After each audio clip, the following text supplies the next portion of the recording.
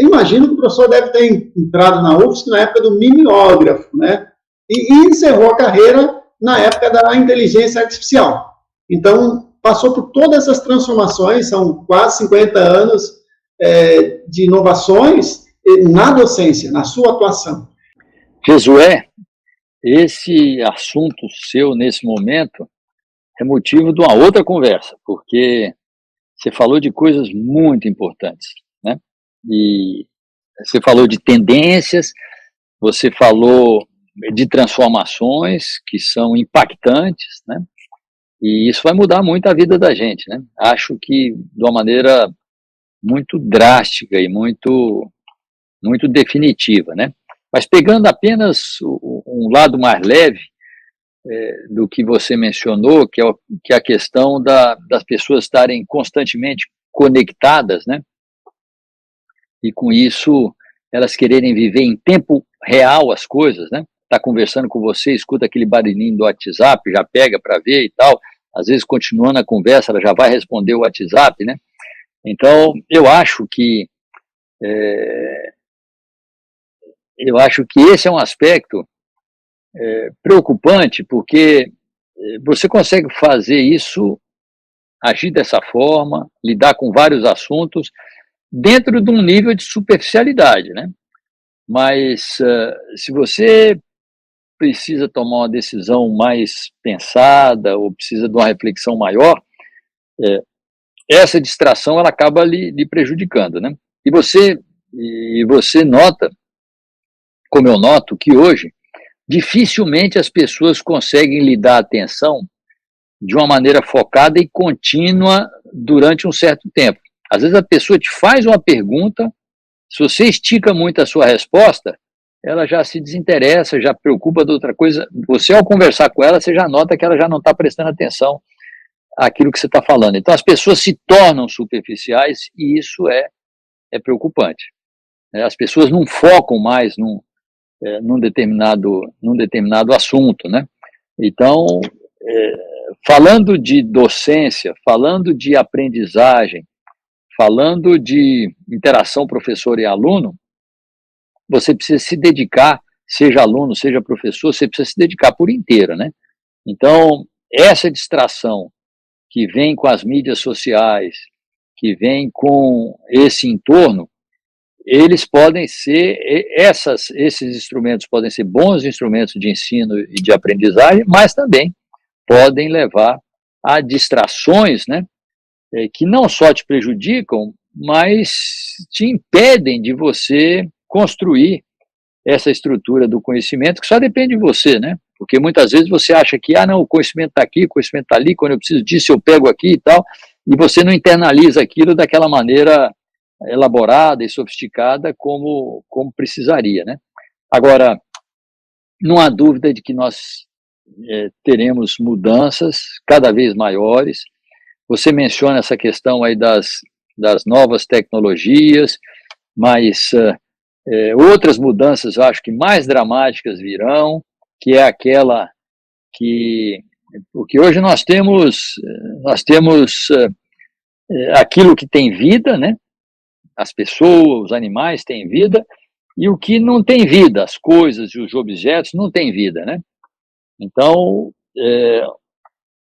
o que é orgânico está num extremo e o que é inorgânico, que não tem vida, está no outro. Mas as coisas vão se aproximar, né? E aí virão grandes mudanças, né? Então você vê que esses robôs que interagem já com as pessoas em lojas e em computadores, têm uma candura e uma simpatia que às vezes as pessoas não têm, né?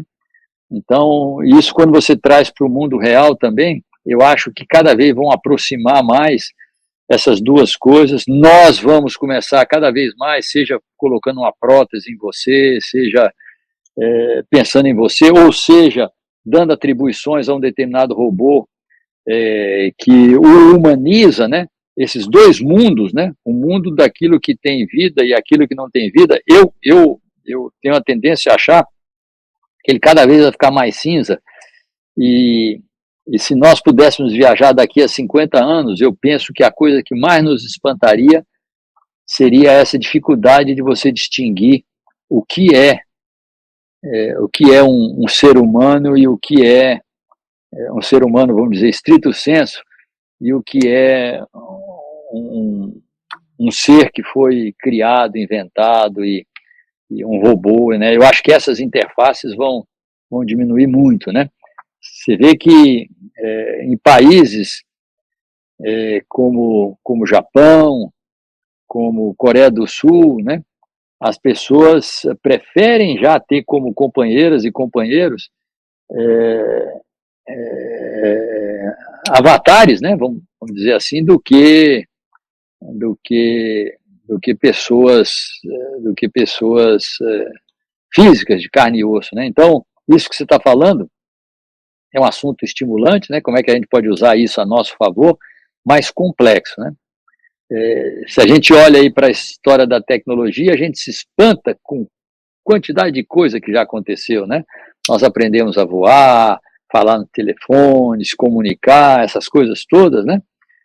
Mas eu penso que o que está por vir vai ser muito mais impactante do que isso que a gente já viveu. E como é que nós, né? Porque nós não tivemos tempo de evoluir, nem teremos, né? Porque a nossa evolução demora alguns milhares de anos, né? Milhares e milhares de anos, dezenas de milhares de anos, né? Ou até centenas de milhares de anos. E daqui a 20, 30 anos, o mundo vai ser outro, né? E como é que nós vamos estar nisso aí, né? Eu tendo a achar que o nosso papel, por incrível que pareça, vai se tornar cada vez mais secundário, sabe? Eu acho que o mundo vai andar por si só e nós, enfim, nós vamos estar aí satisfazendo as nossas necessidades mais elementares, talvez, né? Mas não vamos estar na frente das grandes decisões, né? Bom, o professor Prata acabou de lembrar que semana passada, acho que houve um implante, né, de um primeiro chip no cérebro, né? Obviamente isso já vem sendo testado em animais há anos, ainda não se sabe a repercussão, mas isso tem também aplicações médicas, né, para controlar prótese, etc. e tal. Aí eu vou, obviamente, isso tudo me preocupa, né, e me instiga, me deixa curioso como professor, né, entender como isso impacta, né, na forma como o aluno aprende e como eu ensino também diante de tudo isso. E aí eu me lembro, olha só que interessante, uma das coisas que eu mais me lembro das suas aulas não são condução e transição de calor. Eu me lembro do livro Sete Amanhãs, de Isaac Asimov. O senhor trouxe essa reflexão para nós, me impactou muito, né? Eu gostaria que o professor mesmo contasse um pouco sobre isso, né? Porque talvez nesse momento, quando a inteligência artificial foi lançar a ChatGPT, eu fui testar o ano passado, e aí eu já convido o professor, se puder, dentro de alguns meses, a gente repetir essa conversa já focada em outras questões, talvez mais atuais da docência, como esse impacto, essas influências, né? Eu, ouvindo o professor Prata, me lembra muito do Harari, né? Do Homo Sapiens, Homo Deus, né?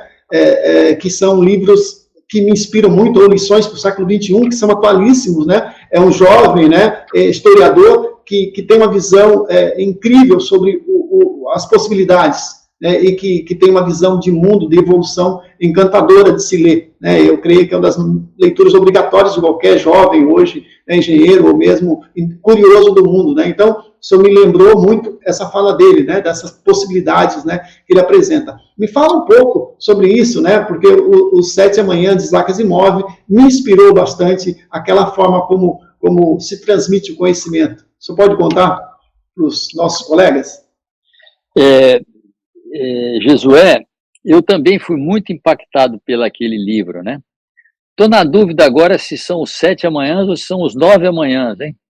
Será que não é os 9 amanhãs? Estou na dúvida. Eu fico sempre com o professor Prata. Se o senhor sabe, eu procuro aqui. Dá uma checada aí. Mas são 9 contos, se eu não me engano, né? E um deles, que é esse que você está falando, é muito impactante, né? Que chegamos num momento onde as pessoas não precisavam estudar para adquirir o conhecimento. 9, claro, desculpa, são os 9, claro, me perdoe. 9 amanhã. E como é que o conhecimento era adquirido, então? Numa determinada idade, você levava a criança lá, eu acho que isso acontecia durante 3 vezes na vida dela, né? Ali com uns 10 anos, mais ou menos, ele adquiria aquele conhecimento próprio daquela idade, né?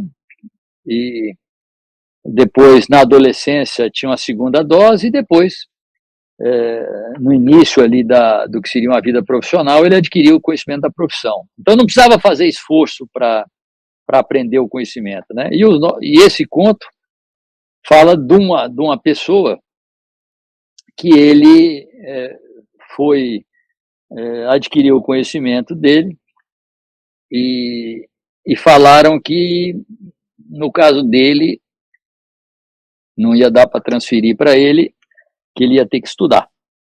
E ele ficou muito triste, porque ele teve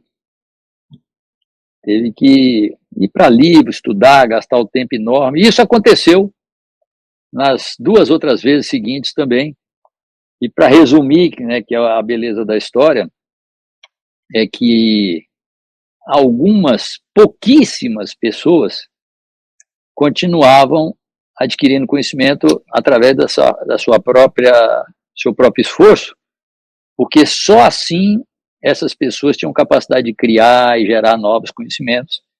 Então, ainda que essa tinha sido uma experiência um pouco frustrante para ele durante esse início de vida dele, logo ele percebeu, assim que ele foi adquirindo conhecimento através do estudo, que a capacidade dele de ser crítico e gerar novos conhecimentos era muito grande, maior do que os outros. Então é um belo conto, e que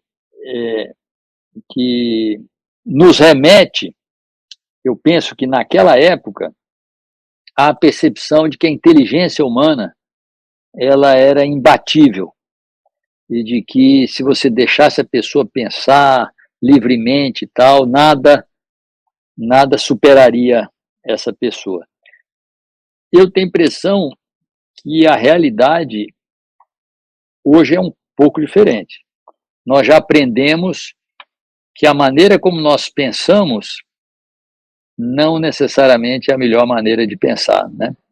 E hoje, se a gente ensina a máquina a aprender as coisas, ela aprende sozinha, e se a gente pede para ela nos ensinar como é que foi que ela pensou aquilo ali, a gente não entende como é que ela pensou, ainda que o pensamento dela tenha sido mais efetivo que nós, né? Experimentos têm indicado aí essa direção. Então, mostrando, e se a gente for um pouquinho crítico, né? Quem é que garante que essa nossa plataforma, que é o cérebro, é a melhor forma de organizar a criatividade e acumular conhecimento e gerar novos conhecimentos? Pode ser que a seleção natural tenha nos trazido aqui, né? Mas não há nada que garanta que essa é a melhor forma, né? Então, enfim, isso faz parte aí desses novos desafios que nós vamos enfrentar, né? Então, acho que isso, aliado com essa expectativa aí de que a gente vai equilibrar a população do mundo com os 12 bilhões de pessoas, né? Você não vai querer que esses 12 bilhões de pessoas, eu penso, estejam cada um deles pensando e fazendo coisa boa e coisa ruim. Então, há quem diga que o que se tem que fazer com essa população, você dá um salário razoável, deixa o sujeito viver, se divertir e tal, mas viver como os animais, sem muita consequência, né? Mas o mundo é controlado, talvez por algumas poucas pessoas e, sobretudo, por muitas máquinas, né? Um pouco aterrorizante, mas às vezes faz sentido. Mas vamos deixar isso para uma nova conversa. Parece um pouco de Matrix, parece um pouquinho ali do Exterminador do Futuro, né? Eu não sei o que eu diria, né? Mas eu acho sim que merece aí um papo completo, né? Só para finalizar mesmo, assim, voltando agora, nós falamos tanto aí de ciência e tecnologia, falamos um pouquinho de docência, eu gostaria de fechar com esse recado, né? Porque a gente trabalha com a docência para engenharia, docência para inovação também, e eu me preocupo bastante que as pessoas estão deixando de estudar ciência e tecnologia, estão deixando de gostar de matemática.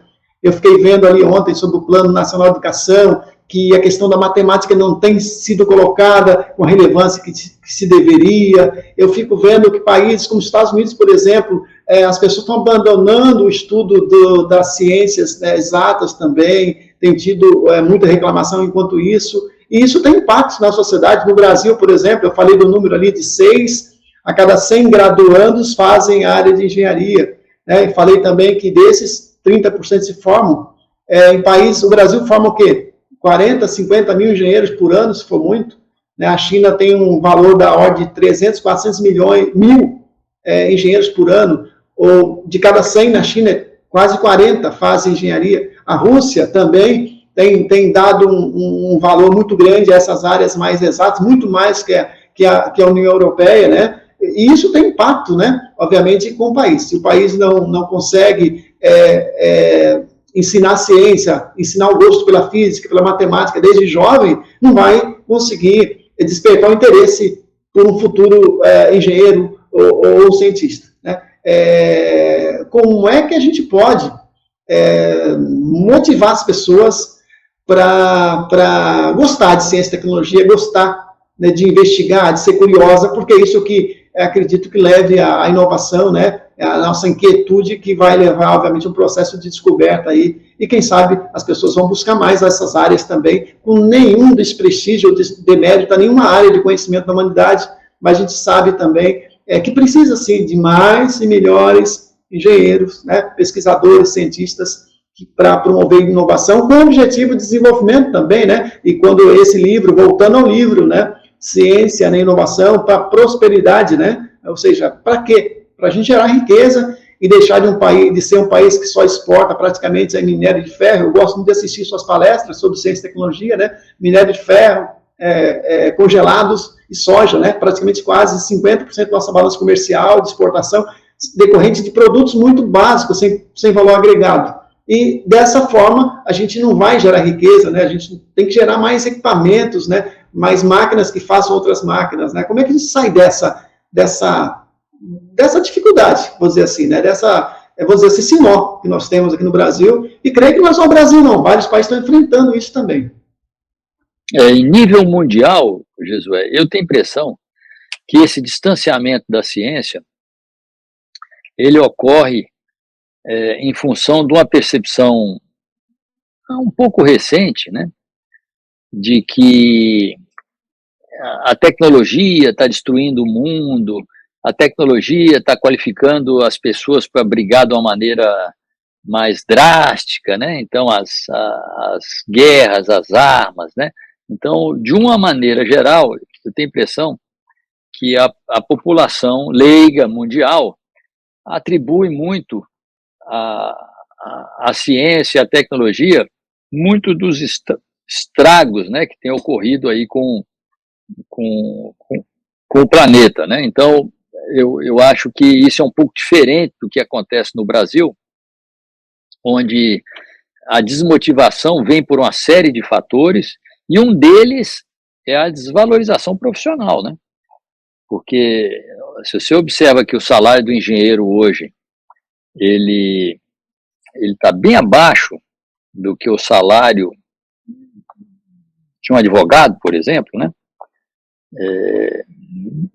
Você observa que a motivação para que o sujeito vá para a engenharia, ela acaba sendo menor, né? Então, uma é a questão profissional, e mesmo tendo se formado em engenharia, as oportunidades não são tantas quanto já foram no passado, né? As empresas, elas não contratam os engenheiros com a expectativa que contratavam anteriormente, né? De criar, de produzir. Então, hoje o engenheiro tem um papel mais secundário, né? Então, eu acho que é um pouco da condição do nosso país, né? Em função do desenvolvimento industrial, que caiu muito, né? O desenvolvimento industrial brasileiro já representou uma indústria que correspondia, em termos econômicos, a um terço do PIB, né? E hoje nós estamos falando de 10%. Quer dizer, 10% do que o Brasil gera de riqueza, né, vem da indústria. Ela, é claro que ela deixou de ser importante, né? E a indústria, ela é a principal demandante aí da atividade de engenharia, né? Então, esse é um aspecto. Outro aspecto é o aspecto educacional, porque mesmo que você não se interesse profissionalmente por uma determinada área, né, você não pode desconhecer a importância daquela área, né? Então, a população, de uma maneira geral, ela precisa ter um conhecimento básico de ciência, um conhecimento básico de tecnologia, né? E o brasileiro é muito ignorante em relação a isso, né? Diferente de outros povos, e não precisa ir para a Europa, Estados Unidos ou Ásia, não, né? Mesmo na América Latina, né? Se você vai no Chile, se você vai no Equador, né? Pega um táxi e conversa com o sujeito, poxa, a eletricidade que você gera aqui vem da onde? O alimento, qual é o alimento que vocês produzem aqui, o que vocês importam? O sujeito conhece isso, né? E você observa que o conhecimento mínimo associado a essas demandas tecnológicas que nos dá um conforto como sociedade, esse conhecimento mínimo, ele não chega nas pessoas, né? Se você chega para uma pessoa na rua e pergunta assim, a eletricidade de Florianópolis consome, vem da onde? É nuclear? É eólica? É hidráulico? Você nem vai entender o que você está falando, né?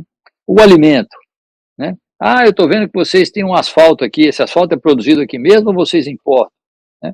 Então as pessoas não têm um conhecimento mínimo sobre como a tecnologia lhes impacta, né? Seja na geração de riqueza, seja na qualidade de vida, né? Seja no bem-estar. Então, a pessoa se distanciando disso, né? Observa que ela está atribuindo muito pouco valor às pessoas que geram isso, né? Então, o sujeito tem que saber, né? Se você é capaz de tomar um banho gostoso, com água abundante, com uma temperatura alta, o que lhe proporciona aquilo ali, né?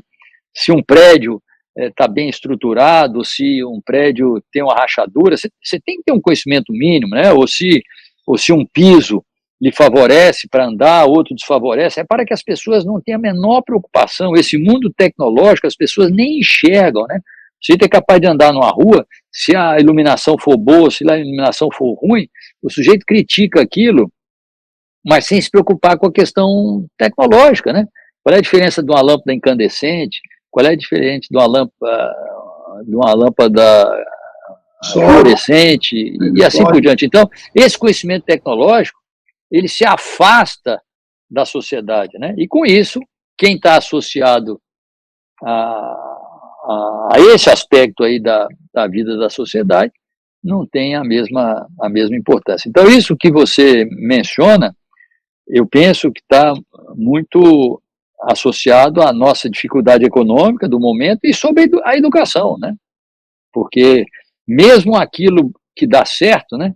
Então, você repara que essas questões ideológicas, hoje, né, olha como é que elas dificultam essa apreciação que nós deveríamos ter da nossa força na agricultura e na pecuária, né? Muita gente que fala da agricultura e da pecuária fala de uma maneira pejorativa, né? Então, 1/3 da nossa riqueza vem disso aí, e o sujeito fala que não, tem que acabar, que isso aí está estragando tudo, quer dizer, então a conversa fica uma conversa superficial e inconsequente, né? Então, eu acredito, como você também, sigo na expectativa de que a educação possa ser valorizada, e a maneira de valorizar isso é você aumentar o salário dos professores, com isso atrair gente mais qualificada, né? Melhorar as nossas escolas, né? Enquanto nós não fizermos isso, não adianta você mexer em currículo, discutir se o plano nacional de educação deve ser desse jeito ou daquele outro jeito, né? Se a profissão é uma profissão que não está valorizada, é muito difícil você construir um resultado adequado, né? Então, esse é preocupante. Então, você junta essa questão da educação, esse problema nosso crônico, com a questão do desenvolvimento industrial do Brasil, que não tem ido bem também, e aí a parte científica e a parte tecnológica, elas são afetadas, né? Muito obrigado, tá, por conceder essas quase 2 horas do seu tempo.